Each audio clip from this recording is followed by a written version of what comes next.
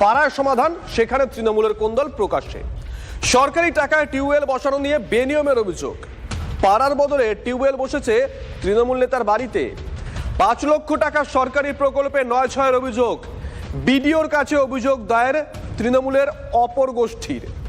পাড়ার সমাধানে বেনিয়ম ধরা পড়তেই খোঁচা দিয়েছে বিজেপি।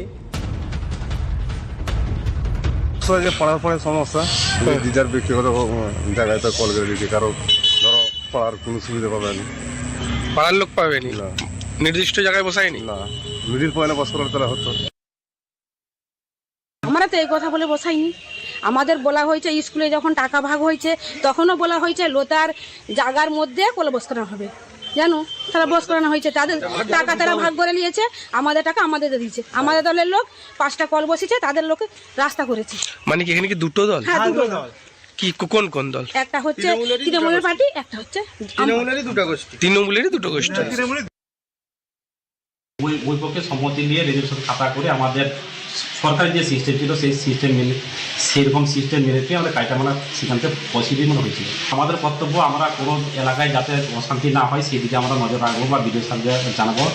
আমাদের ওসিকেও যদি জানাতে হয় সে বিষয়ে আমরা কথা বলবো, যাতে এলাকায় না উত্তেজিত হয় বা এলাকায় যাতে শান্তিতে রাখতে পারি। সামনে গেলে 26 আবার ভোট আছে, আমরা সেদিকেও নজর একটু রাখবো।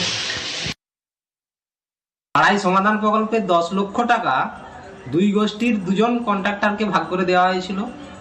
একজন রাস্তা করবে, একজন টিউবওয়েল করবে, এবং সেই যে কাজ, সেই কাজেও দুর্নীতি হয়েছে। আর কিছুদিন অপেক্ষা করে যান, সামনেই 2026-এর বিধানসভা নির্বাচন। এই নির্বাচনে তৃণমূলকে ছুঁড়ে ফেলার জন্য মানুষ প্রস্তুত হয়ে গেছে।